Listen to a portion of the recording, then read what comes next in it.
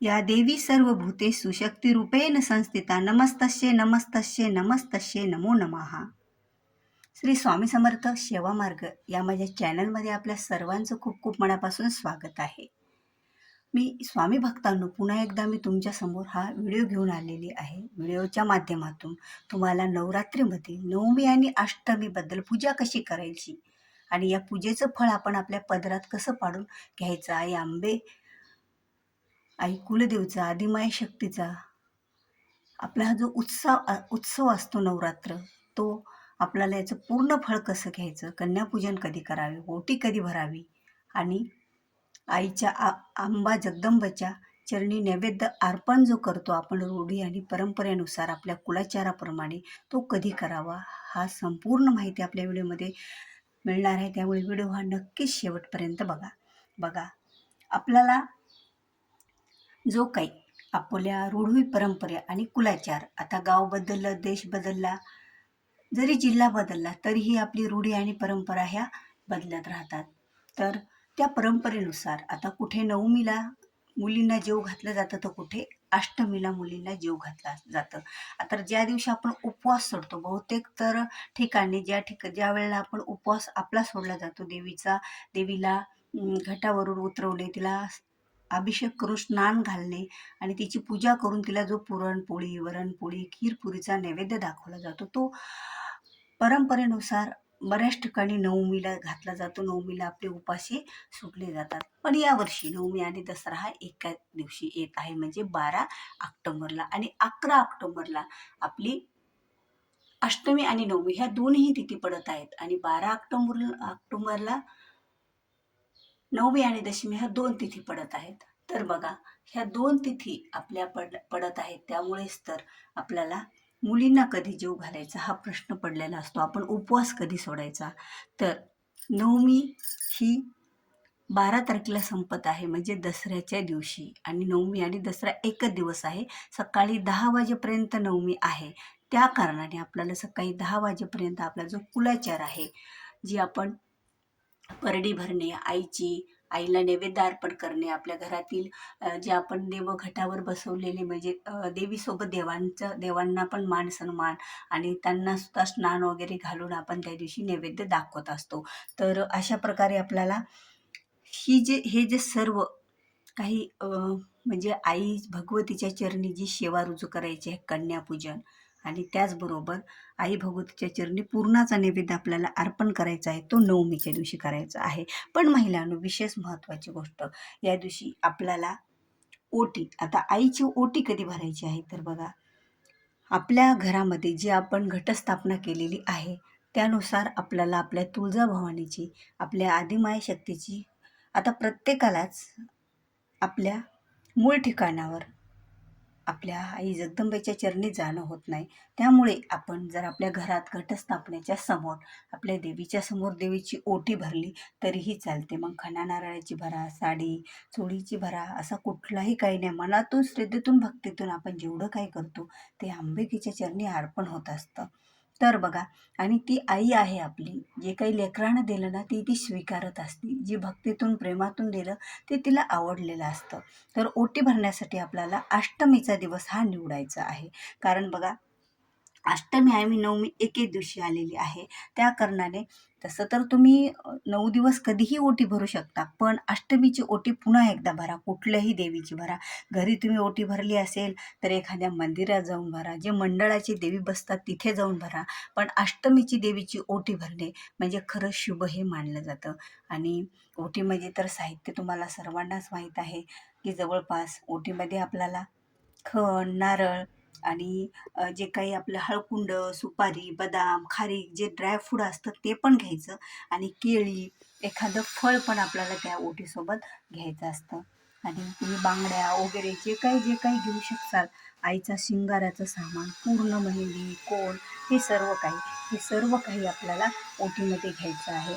जे तुम्हाला शक्य होईल तेवढं ओटीत घ्यायचं. पण विशेष महत्त्वाची गोष्ट, ओटीमध्ये खणा नारळाची आपली तांदूळ आणि नारळ आणि ड्रायफ्रूट आणि त्याच्यावर आपलं हळदी कुंकू आणि जमलं तुम्हाला तर मेहंदीचा कोण वगैरे अशा काही गोष्टी ठराविक ज्या आपल्याला शक्य असतील तेवढ्या आपण घ्यायच्या आणि आई जगदंबेच्या चरणी ओटीही आपण भरायची, आई जगदंबेची ओटी. कारण बघा, आई जगदंबेची ओटी, आपल्या घरात आई विराजमान आहेत 9 दिवसासाठी, त्यामुळे त्यांची ओटी भरणं म्हणजे खरंच आपण आपल्या आईचा आदर सत्कार, जशी एखादी माहेरवाशी मुलगी आपल्या घरी येते आणि ती परत जाताना आपण तिची काय करत असतो, ओटी भरत असतो. त्यामुळे अष्टमीला, नवमीला, अष्टमीला ओटी भरायची आणि नवमीला कन्यांची ओटी भरायची. कन्यांना काहीतरी फळ आपण त्यांच्या ओटीत अर्पण करायचं, त्यांना जी आवडती ती वस्तू आपण त्यांना दान स्वरूपात द्यायची. आता तुमच्या परंपरेनुसार बघा, कुठे मिरचू भाकरीचा नैवेद्य असतो, कुठे कानुल्याचा नैवेद्य असतो, कुठे पुरणपोळीचा असतो, कुठे खीरपुरीचा असतो.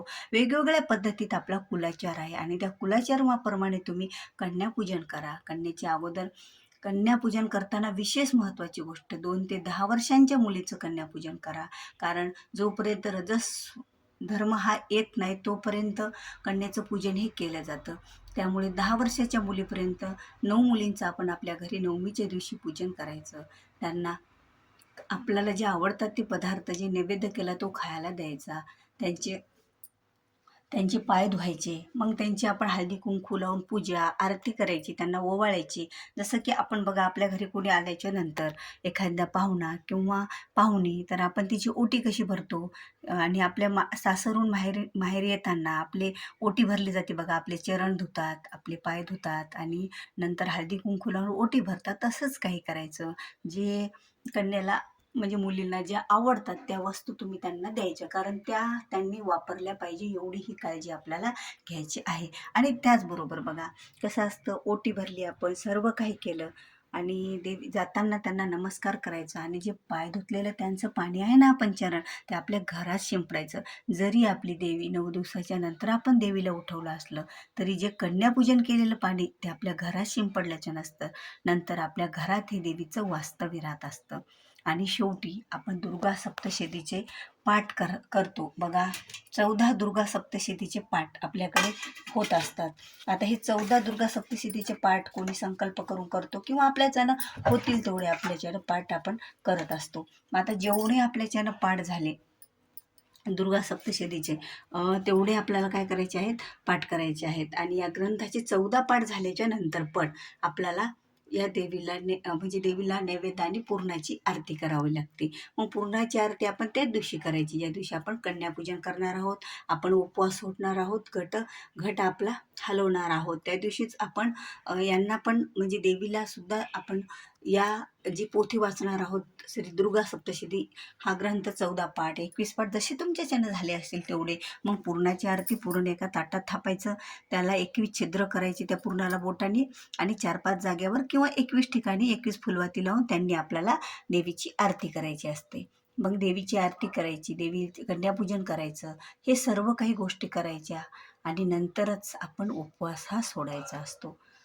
कारण आणि त्यानंतर आपल्याला नैवेद्य दाखवायच्या अगोदर जर आपण हवन केलं बघा, हवन तुम्ही तुपानं, साखरेनं आणि तांदळाच्या याने हवन करायचं असतं. आणि हे जे हवन आपल्याला करतो आपण, ते हवन ज्यावेळेला 21 पाठ होतात, 21 किंवा 14 पाठ होतात देवीचे दुर्गा सप्ती ग्रंथाचे, त्याची ते हवनयुक्त सेवा म्हणून ती आपल्याला हवन करायचं असतं. मग तुम्ही ओम ऐं ह्रीं क्लीं चामुंडाय विच्चे नमो नमः म्हणत हवन करा किंवा तुम्ही श्रीसुक्ताचं फलश्रुतीपर्यंत हवन करू शकता. पण फलश्रुतीच्या वेळेस तुम्हाला हात जोडूनच थांबावं लागतं. फलश्रुतीच्या वेळेस तुम्हाला हवन हे करायचं नसतं.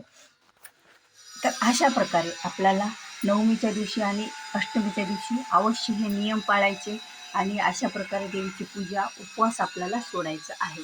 तसं आता कुलाचार आणि कुलधर्म अष्टमी आणि नवमीच्या दिवशी असतो की जी देवी आपली घटावर, टाकावर बसलेली आहे, त्या देवीला आपल्याला उठून त्यांची यथाशक्ती पूजन करून आणि नंतर नैवेद्य अर्पण केला जातो. आणि जर आपले 14 पाठ झाले तर आपल्याला मग पूर्णाची आरती करायची, नैवेद्य दाखवायचा जो आपण रूढी परंपरानुसार, आणि कन्यापूजन करायचं. 9 कन्या मिळतील 9, 3 मिळतील 3, 5 मिळतील 5, 7 मिळतील 5. पण जर 9 कन्या जर तुम्हाला मिळत असेल 10 वर्षाखालच्या तर अवश्य करा, कारण 9 कन्याचं पूजनाला विशेष असं नवरात्रीमध्ये महत्त्व आहे. तर अशा प्रकारे आपल्याला जर तुम्हाला जो काही प्रश्न असेल तर तुम्ही कमेंटमध्ये विचारू शकता. आणि जर चॅनलवर नवीन असेल तर चॅनलला सबस्क्राईब करा, कारण असेच नवीन नवीन माहितीपूर्ण व्हिडिओ तुम्हाला पाहायला मिळतील आणि याची माहिती तुम्हाला मिळेल. आणि जर व्हिडिओमधलं नक्कीच काही आवडलं असेल तर खरंच लाईक करायला विसरू नका आणि व्हिडिओ हा जास्तीत जास्त शेअर करा, ज्यामुळे बऱ्याच जणांपर्यंत ही माहिती पोहोचेल, तुमच्या नातेवाईकामध्ये, तुमच्या जवळपासच्या लोकांमध्ये.